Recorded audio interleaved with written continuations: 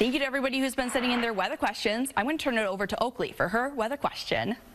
My name is Oakleigh Heslop, and my question is, how do you predict high and low temperatures?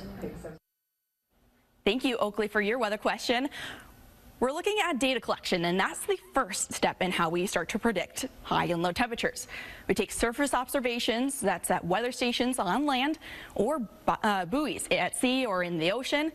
We also send out weather balloons. The National Weather Service sends out weather balloons every day, and that will get conditions at different altitudes in the sky. So it's collecting that data that we would get on Earth or at sea, up in the atmosphere, and that's super important to us meteorologists.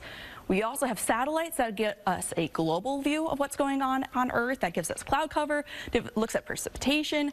It's a really important key to understand what's going on at a global stance. And then we also have Doppler radar, which is able to track precipitation and wind. That's also very, very important to us. Next step is we input that data into numerical weather models. That observed data is given to supercomputers to run numerical weather prediction, or NWP, models. These models use very complex physics and dynamics equations to simulate future atmospheric conditions. Bet you didn't know that we use a lot of physics as well as a lot of dynamics in meteorology. It was quite one of the difficult classes as we took in college. They also consider historical data, and those models start to consider that when they start to create what's going to be happening in the future.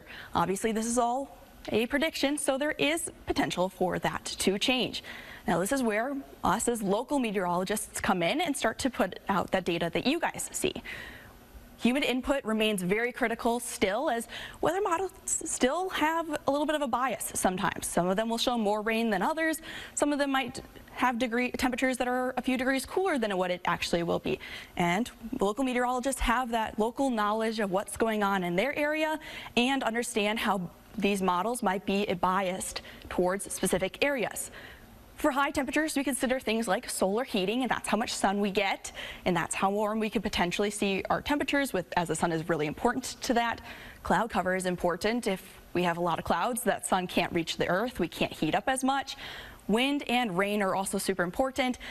Higher winds will bring in air from different areas, and that could bring in cooler or warmer temperature depending on the direction of that wind. And precipitation could help cool us off, as that is an additional layer of cloud cover, as well as rain or snow or any other precipitation could potentially cool our atmosphere as it falls. For low temperatures, we see those overnight. We see radiational heat cooling.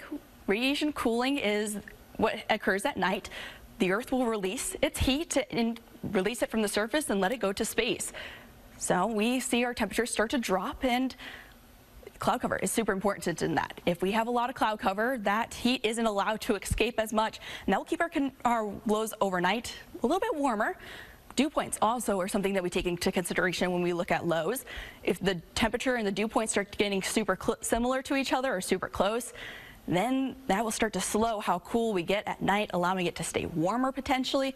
Wind also, for the same reason as high temperatures. We could see winds bringing in warmer or cooler air and keeping our temperatures warmer or cooler based on that. Thank you, Oakleigh, for your weather question. If you have a weather question, you can submit your video questions to kcrg.com/unews.